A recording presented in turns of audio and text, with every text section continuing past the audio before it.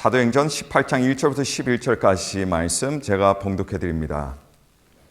그 후에 바울이 아덴을 떠나 고린도에 이르러 아굴라라 하는 본도에서 난 유대인 한 사람을 만나니 글라우디오가 모든 유대인을 명하여 로마에서 떠나라 한 고로 그가 그 아내 브리스길라와 함께 이달리아로부터 새로 온지라. 바울이 그들에게 가매 생업이 같으므로 함께 살며 일을 하니 그 생업은 천막을 만드는 것이더라. 안식일마다 바울이 회당에서 강론하고 유대인과 헬라인을 권면하니라.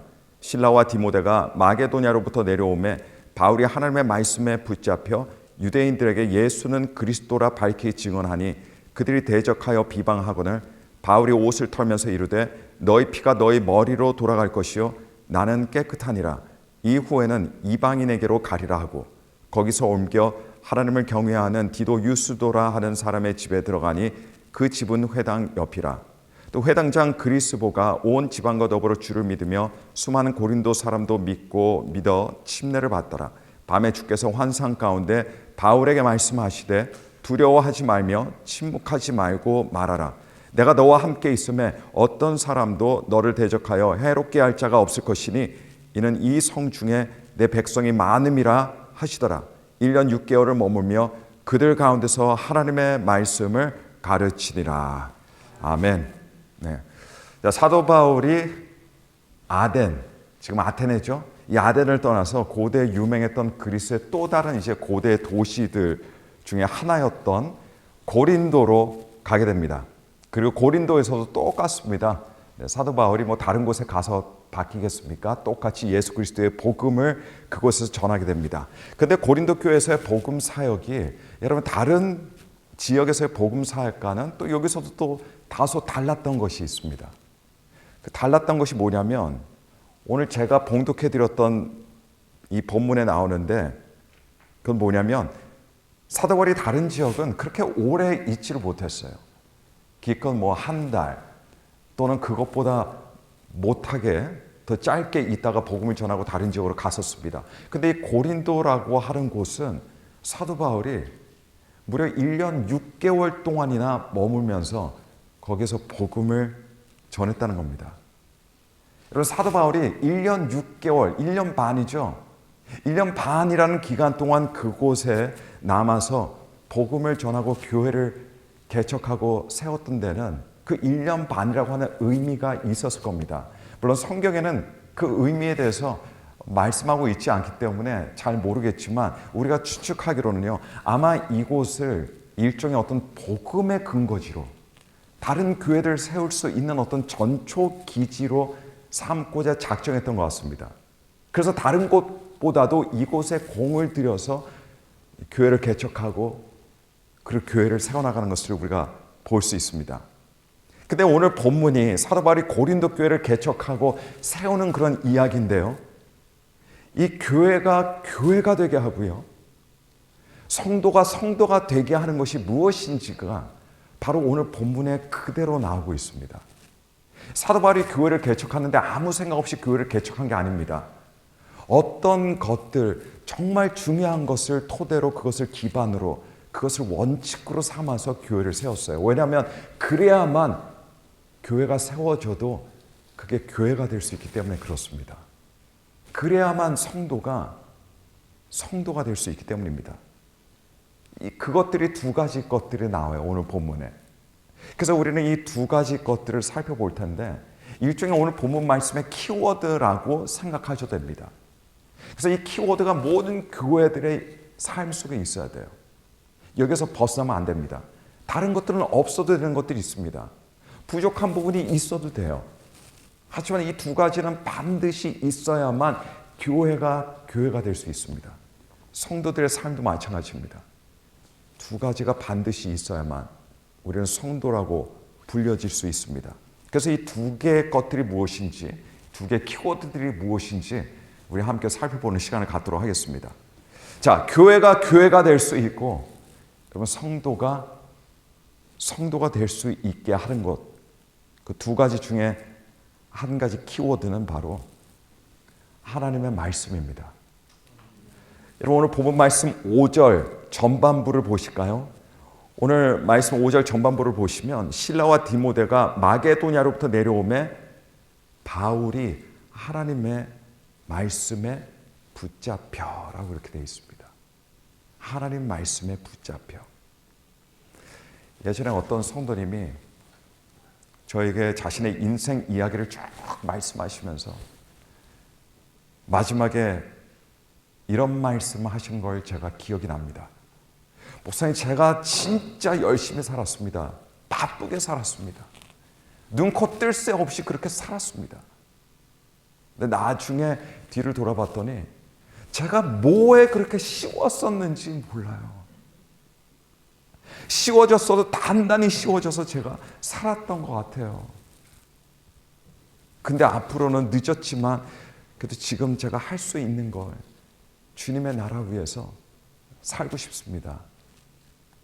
이렇게 말씀하신 분이 계셨어요. 그때 그 이야기를 듣고 집에 와서 생각해 보니까 수많은 현대인들이 다 바쁜 사람들인데요. 뭐 씌워져도 진짜 단단하게 씌워지고 살아가는 거예요. 여러분, 흔히 이런 말이 있죠.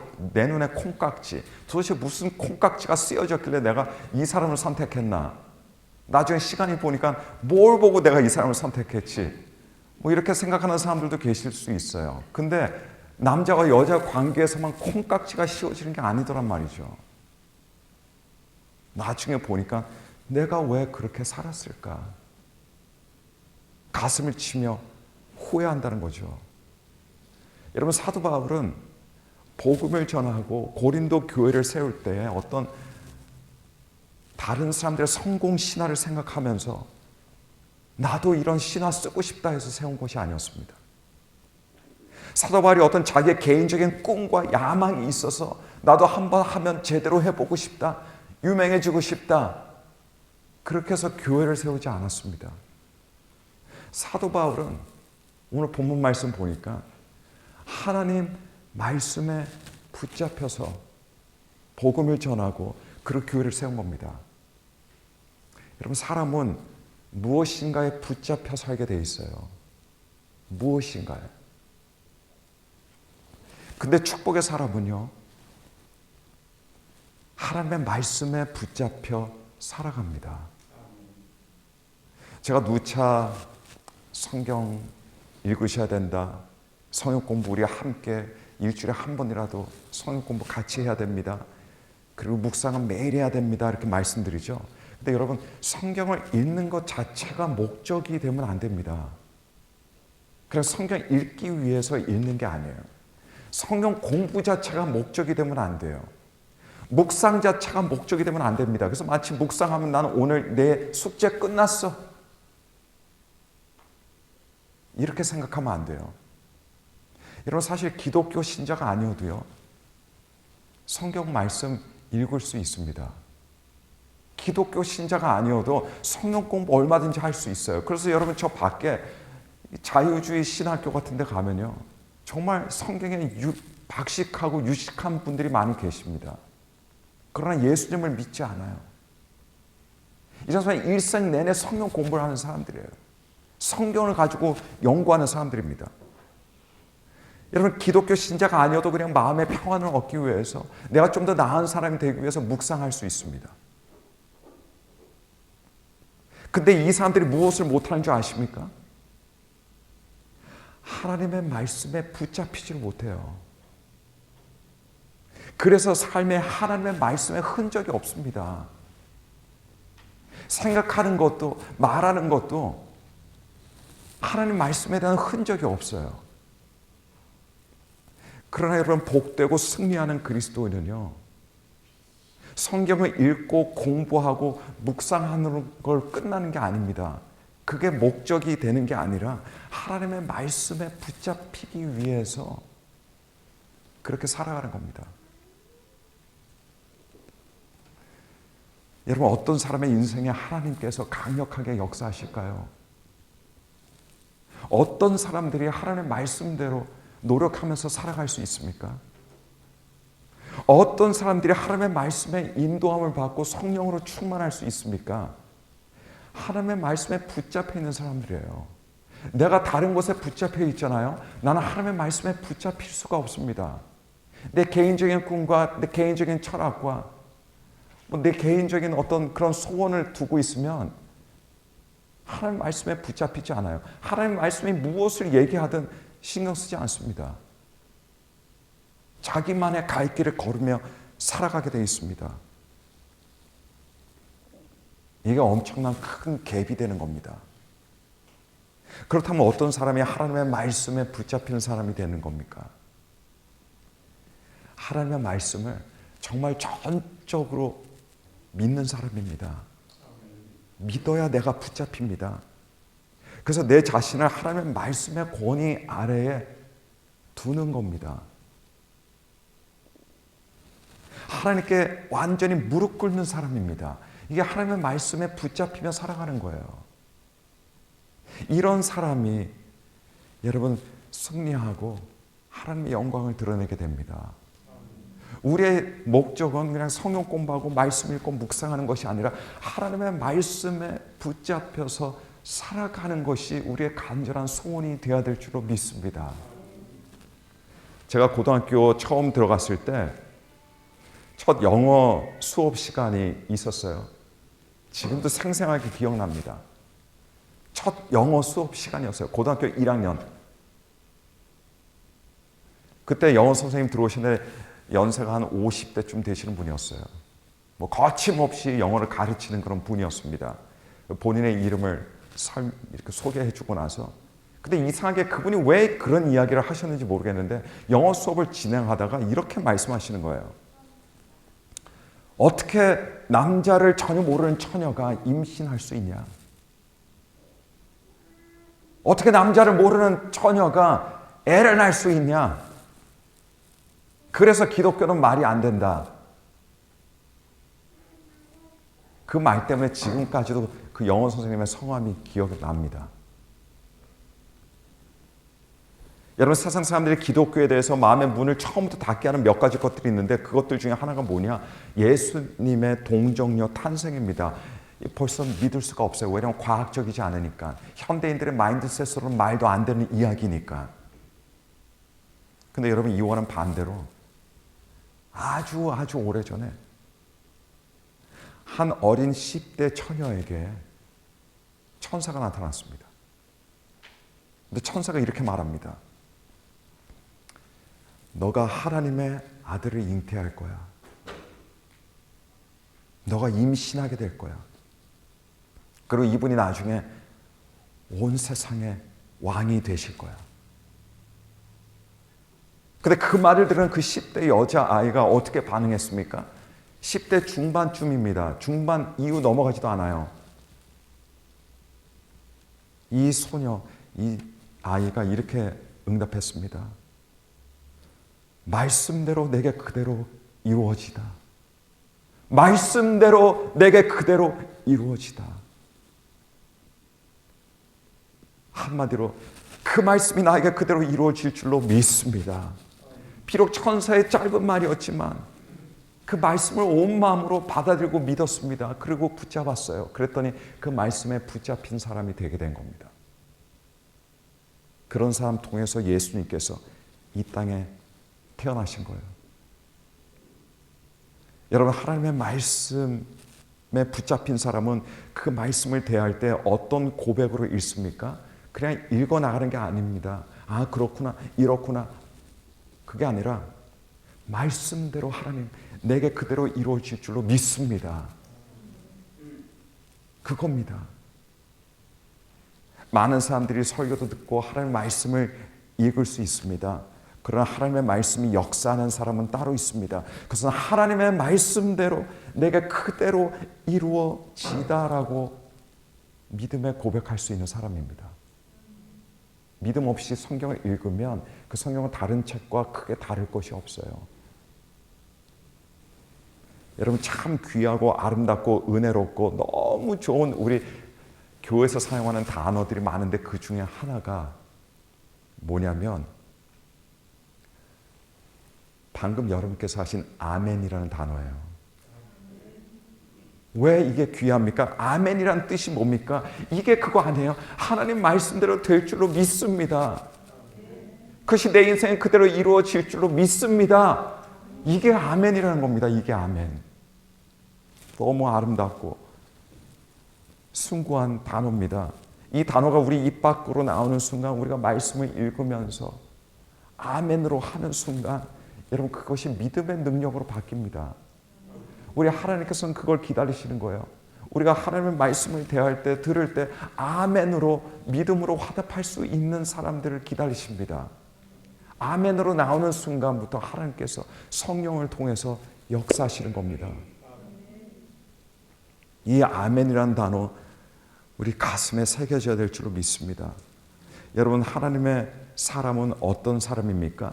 하나님의 사람은요, 세상 것들에 씌워져서 하나님의 사람이 절대로 될 수 없습니다. 하나님의 말씀에 붙잡힌 사람이어야만 됩니다. 그게 하나님의 사람이에요. 사도행전 20장 32절에 보시면, 바울이, 나중에 우리가 함께 살펴보겠지만, 바울이 3차 선교여행을 마치고 이제 예루살렘으로 떠나기 전에 밀레도라고 하는 한 곳에 잠깐 들리게 됩니다. 거기를 경유하게 되는데 거기서 오래 있지를 못해요. 근데 거기서 멀지 않은 곳이 바로 에베소라는 곳입니다. 에베소. 에베소의 장로들, 리더들을 불렀어요.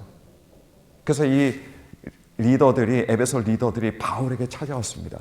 짧은 시간, 짧은 인사, 얼굴이라도 보고 마지막 당부의 말씀을 전하는데, 사도 바울이 뭐라고 하냐면 이렇게 말합니다. 지금 내가 여러분을 주와 및 그 은혜의 말씀에 부탁하노니 그 말씀이 여러분을 능히 든든히 세우사 거룩해 하심을 입은 모든 자 가운데서 기업이 있게 하시리라.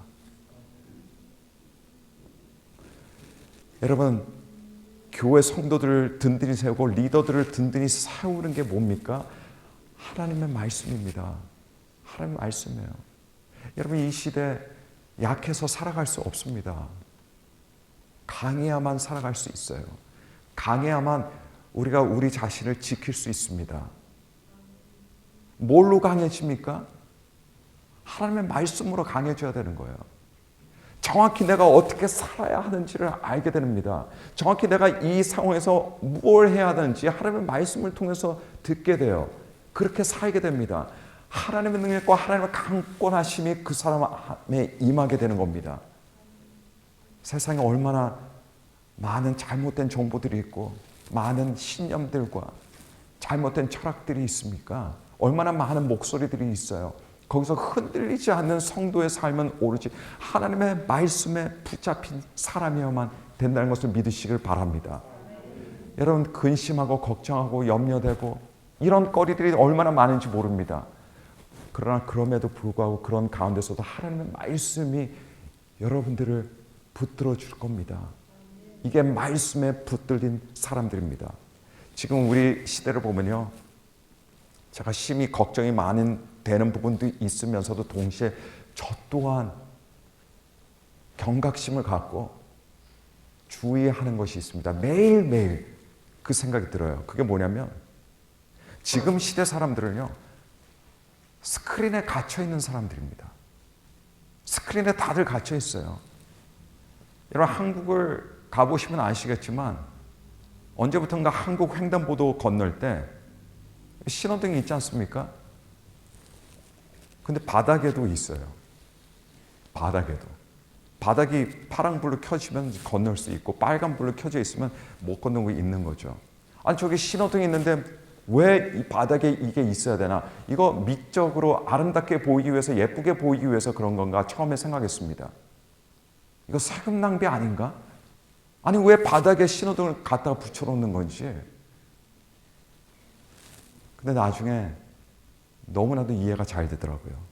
왜냐하면 사람들이 심지어 걸을 때도 다 핸드폰을 보면서 걷고, 빨간불 시간이 나잖아요. 그새 가만히 못 있어요. 금방 핸드폰을 또 봅니다. 꼭 저기 파란불이 켜져 있는지 빨간불이 켜져 있는지 그걸 어떻게 알아요? 그러니까 바닥에 불이 있는 거예요. 그러니까 한국은 길을 건널 때도 앞을 볼 필요가 없더라고요. 밑만 보면 건너도 되는지 안 건너도 됐는지. 뭐 지하처럼 말할 것도 없죠. 거기서 핸드폰 안 들고 있는 사람이 누가 있습니까? 아무도 없어요. 한번 나는 이 많은 사람들 중에서도 나만은 핸드폰 안 봐야지. 제가 멋쩍어져요. 그리고 외국 사람들도 많이 오잖아요. 이거 한국 사람들이랑 말할 게 아니라 외국 사람들 똑같이 다 보고 있는 거예요. 다. 그 시간에 핸드폰 보고 있는 것 같고 뭐라고 할 수도 없고 뭐 반드시 나쁜 거라고 말할 수도 없지만, 그러나 우리 사회는 어떤 사회입니까? 사람들이 스크린에 갇혀 있는 사회입니다. 스크린 속에 살아가고 있어요.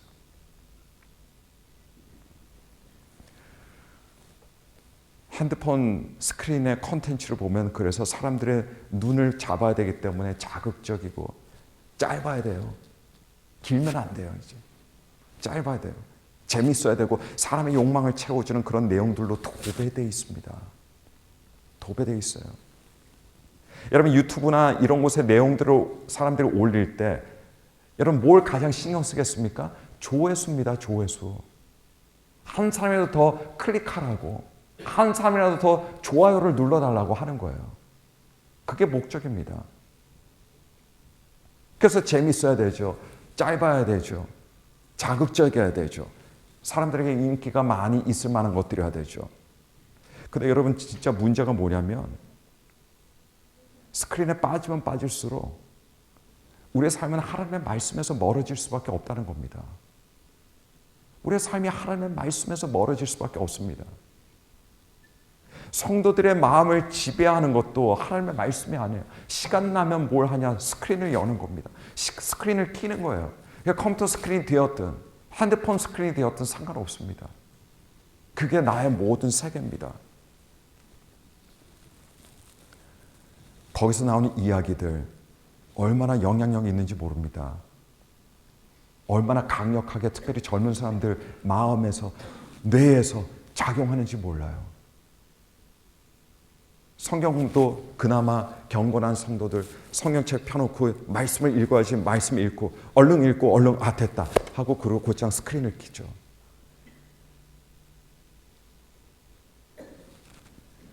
굉장히 우리가 우려할 겁니다. 여러분 사탄이 지금 가장 효과적으로 가장 강력하게 사용하는 것이 스크린입니다. 물론 스크린에는 좋은 것들도 있어요. 하지만 좋은 것들은 빙산에 진짜 작아요. 아주 일각처럼. 적습니다. 나쁜 영향력은 훨씬 더 큽니다. 우리가 다 죄인인지라 자꾸 나쁜 거, 우리한테 유익하지 못한 거, 하나님께서 기뻐하지 않는 것들을 자꾸 보게 되는 거예요. 스크린 앞에서 사람들은 다 무장해제가 되어버립니다. 여러분 지금 시대는요, 누가 자기의 영혼을 지킬 수 있습니까? 누가 자기의 신앙을 지킬 수 있어요? 영적인 절제력을 갖춘 사람만이 자기 자신을 지킬 수가 있습니다. 그래서 스크린을 멀리하고 하나님 말씀을 가까이 해야만 여러분 우리 자신을 지킬 수 있는 겁니다. 스크린을 아예 사용하지 말라라고까지 말씀하지 않습니다. 그러나 여러분 그걸 멀리하면 할수록 좋습니다. 그리고 하나님의 말씀을 가까이 하시기를 바랍니다. 변하지 않는 진리가 있습니다. 하나님의 사람, 하나님의 교회는요, 말씀으로 세워집니다. 말씀으로 세워져요. 다른 것들로 세워지는 게 아닙니다. 가정, 뭘로 세워집니까? 말씀으로 세워져야 되는 거예요. 말씀으로. 자녀들, 말씀으로 세워져야 되는 거예요. 말씀으로.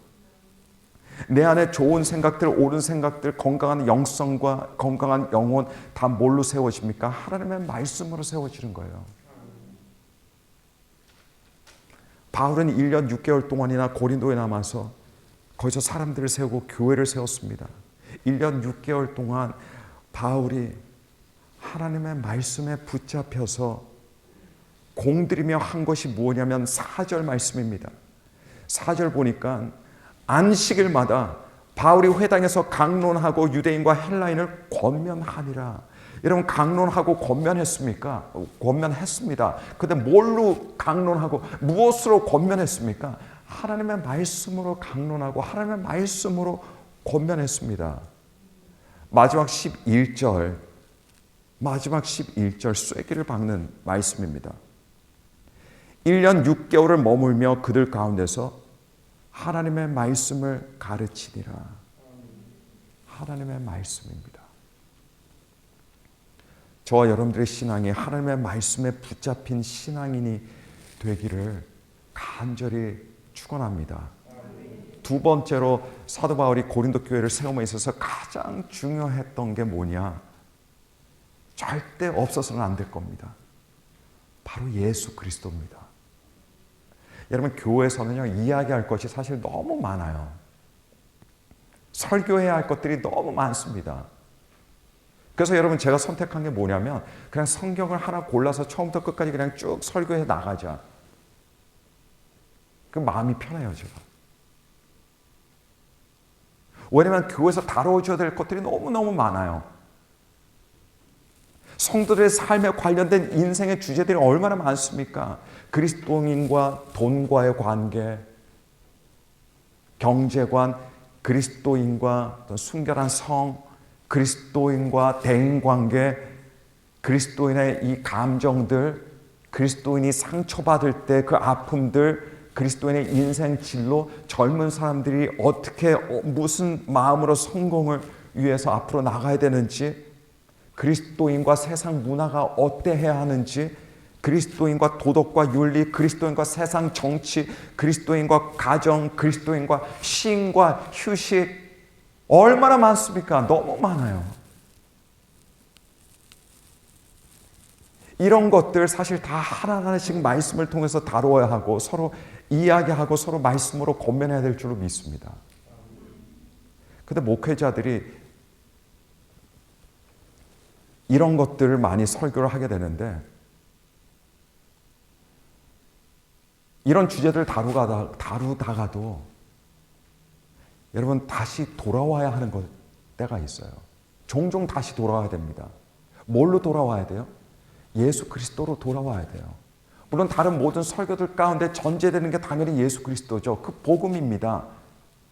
하지만 다시 돌아와서 예수님을 전면적으로 내세우면서 예수님을 전파하고 가르치고 선포해야 됩니다. 왜냐하면 우리가 잊어버리기 때문에 그래요. 자칫 잘못하면 내 삶의 중심이 내가 되어버리기 때문입니다. 여러분, 사도 바울이 교회를 세우면서 가장 중요한 핵심 열쇠, 핵심 키워드가 뭐냐? 바로 예수 그리스도였습니다. 예수 그리스도가 없으면 다른 거 다 있어도 다 소용이 없다는 이야기예요. 오늘 본문 5절 후반부를 보시게 되면요, 5절의 후반부 보시게 되면 하나님의 말씀에 붙잡혀 유대인들에게 예수는 그리스도라 밝히 증언하니라고 말씀합니다. 하나님의 말씀에 붙잡힌 바 되고 그 하나님의 말씀이 우리 안에 역사하잖아요. 그러면 우리는 자연스럽게 너무나 당연히 예수 그리스도를 바라보게 됩니다. 예수 그리스도를 생각하게 돼요. 예수 그리스도를 전하게 됩니다. 왜냐하면 예수님만이 유일한 길이고 진리요 생명이시고, 예수님이 하나님의 영광의 광채시요 하나님의 본체 형상이시고, 저와 여러분들 때문에 십자가에 오르셔서 우리를 살리기 위해서 죽으신 분이 예수님이십니다. 그 예수님이 다시 오신다는 거죠. 다시 오신다는 거예요. 주님을 맞이할 준비가 되어 있어야 되잖아요. 설령 주님께서 오시는 날이 조금 멀다 할지라도, 우리가 죽는 날이 더 일찍 온다 할지라도 우리는 주님 앞에 서게 됩니다. 여러분, 예수님을 얻으면 다 얻는 거예요. 다 줄줄이 따라오게 돼 있어요. 그러나 예수님을 잃으면요, 전부 다 잃는 겁니다. 전부 다 잃는 거예요. 여러분, 교회가 될 수 있는 이유, 성도가 될 수 있는 이유, 우리가 교회에 나와서 예배드리는 이유, 모든 이유는요, 결국 예수 그리스도입니다. 예수 그리스도가 중심이 되지 않으면 사람들은 떠나게 돼 있어요. 한 사람의 신앙생활의 이유가 예수님이 아니시라면 그 사람의 신앙생활을요 지금 잘못하고 있는 거예요. 마음이 아프지만 하지만 그건 엉터리입니다. 가짜예요. 여러분, 우리가 살면서 낙심하고 낭망했을 때 그냥 바지를 털고 그냥 일어날 수 있는 이유가 뭡니까? 예수 그리스도예요. 우리가 상처받아서 좌절하고 아파할 때 그 상처가 말씀으로 나을 수 있는 이유가 어디예요? 예수 그리스도입니다.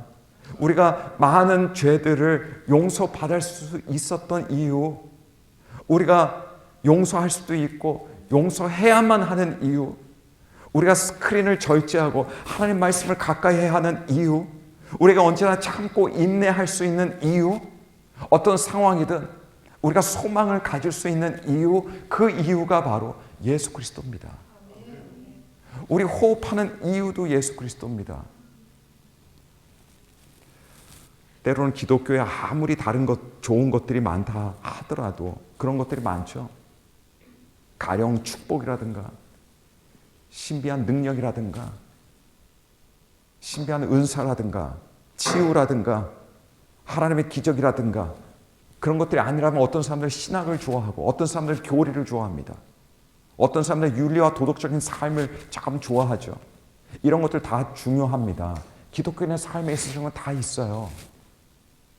하지만 그래도 여러분, 진정한 그리스도인에게 가장 중요한 것은 바로 예수 그리스도야만 합니다. 다른 것들은 다 이 밑에 있어야 돼요. 그 위에 두면 안 됩니다. 그래야만 다른 좋은 것들이 여러분 우리로 하여금 예수 그리스도를 닮아가게 합니다. 그리고 예수님과 가까워지게 하는 것이 되는 겁니다. 예수님만이 가장 위에 앉아 계셔야 돼요. 어떤 영어권 찬양에 보니까 이렇게 노래하는데 가사가 이래요. 나에게 예수님을 주세요. 나에게 예수님을 주세요. 세상의 다른 모든 것들은 다 가지세요. 다 가지셔도 돼요. 그런데 나에게 예수님만은 주세요. 여러분, 이게 신앙입니다. 이게 성도의 삶의 초점, 신앙의 초점, 교회의 초점은 예수 그리스도야만 돼요. 고린도에서도 당연히 사도 바울이 어려움이 많았겠죠. 거기는 어려움이 없어서 1년 6개월을 지낸 게 아닙니다. 거기서도 고난이 닥쳐왔죠. 그의 사회가 완강에 거부하고 저항하고 욕하고 돌 던지는 사람들 당연히 있었죠. 그리고 그를 핍박하고 그렇게 박해하는 사람들이 있었습니다. 근데 9절에 보니까 여러분, 우리 주님께서 환상으로 나타나 주시네요. 그리고 뭐라고 말씀하셨습니까? 9절에 9절 말씀 보니까 밤에 주께서 환상 가운데 바울에게 말씀하시되 두려워하지 말며 침묵하지 말고 말하라. 두려워하지 말고 침묵하지 말고 말하라. 여러분, 우리를 침묵하게 만드는 것들이 많습니다.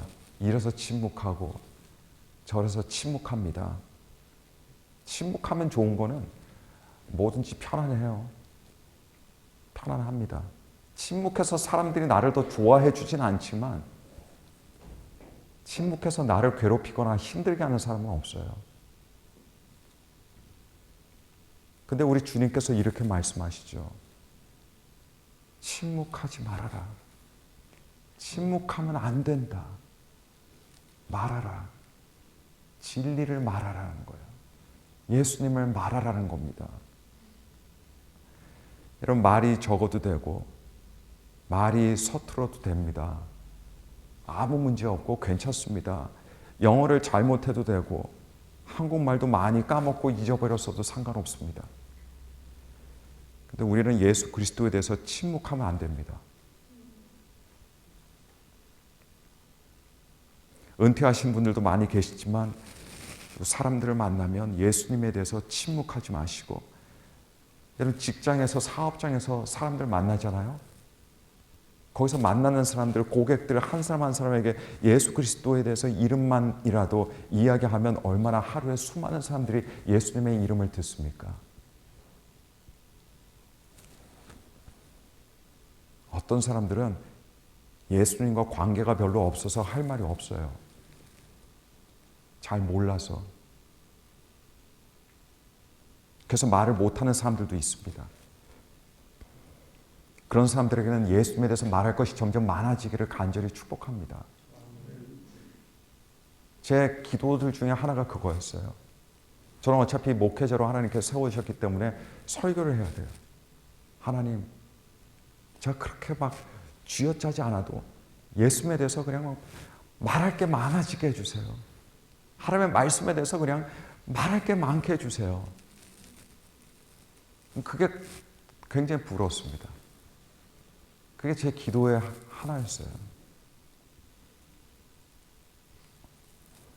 우린 두려움이 있어서 때로는 세상 사람들 눈치 보면서 주눅들고 쑥스러워서 말을 못할 때도 있습니다. 그런데 그런 성도들에게 주님께서 이렇게 말씀하십니다. 두려워하지 마. 침묵하지 마. 여러분, 하나님의 말씀에 붙잡힌 사람은 예수 그리스도를 사랑하게 되어 있고 예수 그리스도를 따르게 되어 있습니다. 그게 우리의 정체성입니다. 예수님, 예수님. 그 누구도, 그 어떤 사람의 이름도 우리에게 그렇게 중요하지 않아요. 누가 우리를 구원해줘요? 누가 이 땅의 불행을 없애줍니까? 누가 진정한 축복이 되어줘요? 정치인들 아무도 못해요. 우리가 의지할 분은 예수님입니다.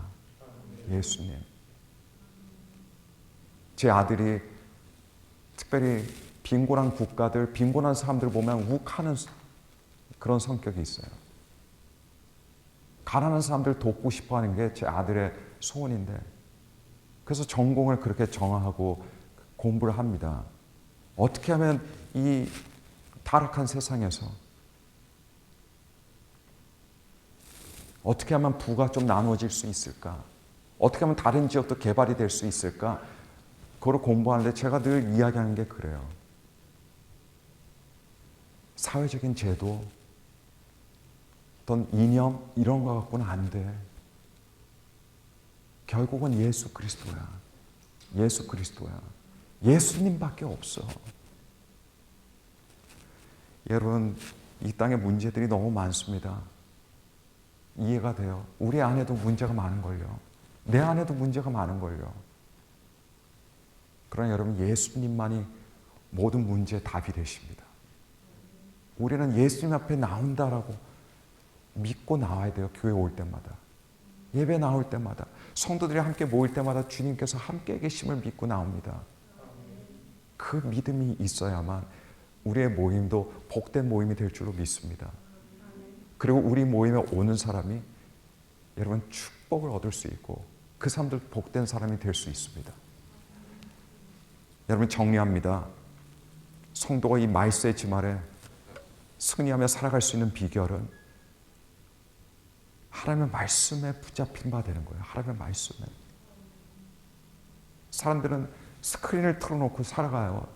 잠잘 때도 유튜브를 틀어놓고 잠자리 들어요. 일어나면 유튜브부터 봐요.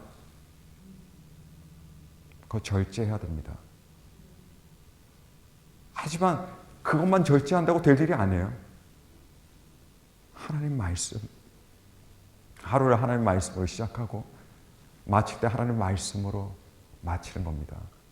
여러분, 우리가 잘 때 여러분 제가 이런 기도 제목, 이 기도를 하세요. 제가 갖고 있던 기도 또 다른 제목이었습니다. 잠들 때 예수님 꿈에서라도 주님 느끼게 해주세요. 주님 보게 해주세요. 물론 나중에 주님과 함께 살겠죠. 하지만 이 세상 살아가는 동안 힘드니까 주님 꿈에서라도 주님 보면 너무 좋을 것 같아요. 그 예수 그리스도를 사모하고 사랑하는, 그리고 오직 예수 그리스도라는 외길만을 따라 걸어가는 저와 여러분들이 되기를 간절히 축복하고 축원합니다.